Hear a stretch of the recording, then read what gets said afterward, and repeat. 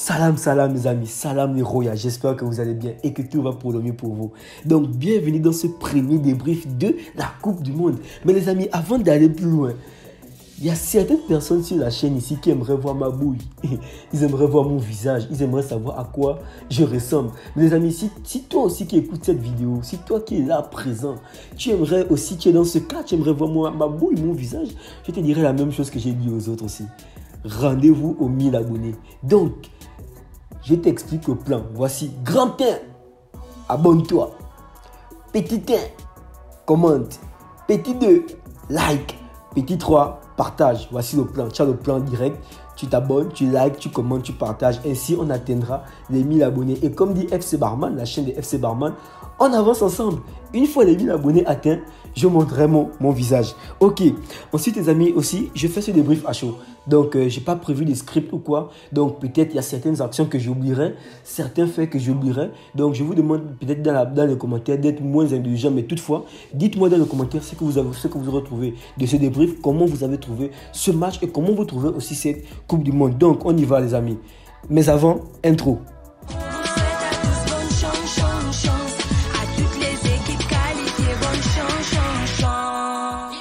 Donc les amis, que dire de ce match? Juste bon, je suis un peu déçu, bon, et un peu triste pour le Sénégal parce que les amis, depuis que cette Coupe du Monde a commencé, en tout cas depuis hier, parce que je parle depuis comme si ça a commencé depuis, elle a commencé hier, mais ce match-là, Sénégal face aux Pays-Bas, pour moi c'est le match référence. C'est le match référent de cette Coupe du Monde. Les amis, on a assisté hier à un match Équateur-Qatar. Bon, pour moi, sincèrement, le Qatar n'était juste pas au niveau.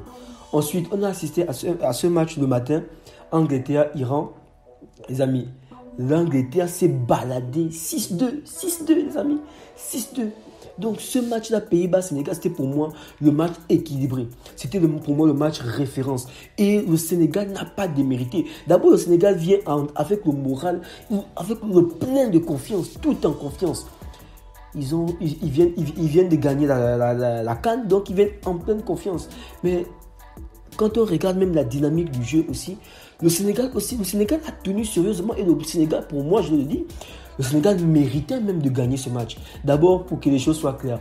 Est-ce que je suis sénégalais? Non, je ne suis pas sénégalais. Est-ce que je suis africain? Oui, je suis africain.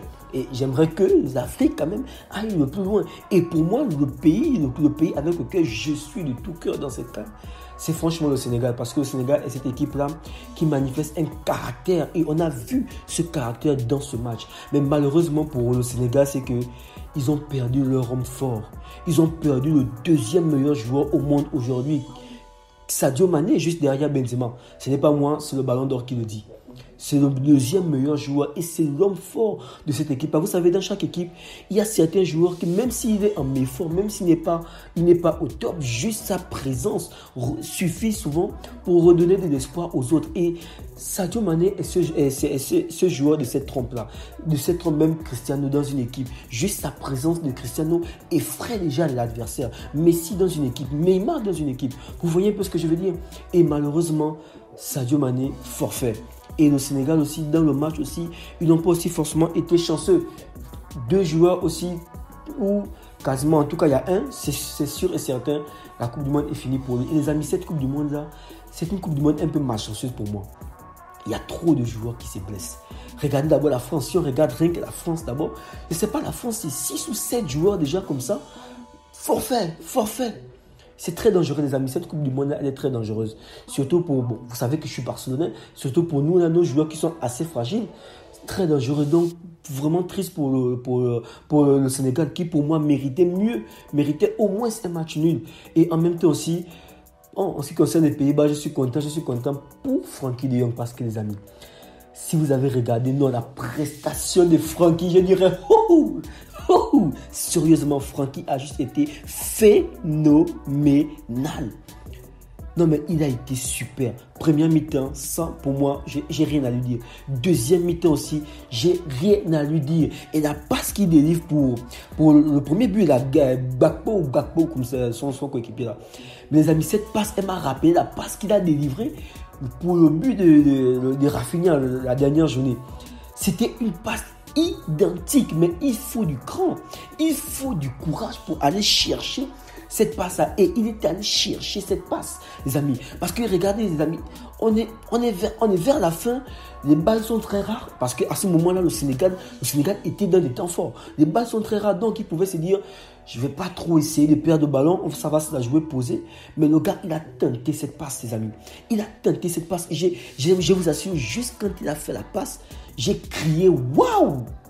Sincèrement, Francky, il m'a fait plaisir dans ce match. Non, sincèrement, chapeau. Memphis n'est pas bon. Il est rentré en retard. Et bon, c'est vrai que sur le deuxième but, c'est lui qui frappe. Mais perso, il m'a pas trop. Bof. En tout cas, victoire des Pays-Bas. C'est bien pour eux. Ils lancent leur Coupe du Monde. Mais pour moi, sincèrement, le Sénégal ne méritait pas cette défaite. Et d'autant plus une défaite à 2-0. Les amis, lorsqu'on verra ces matchs-là des mois plus tard, lorsqu'on verra ces matchs-là des années plus tard, on se dira que le Pays-Bas a marché sur le Sénégal. Or, ce n'est pas ça. Le Sénégal a bousculé sérieusement cette équipe des Pays-Bas, cette équipe de la Hollande-là. Ils ont juste été chanceux sur quoi?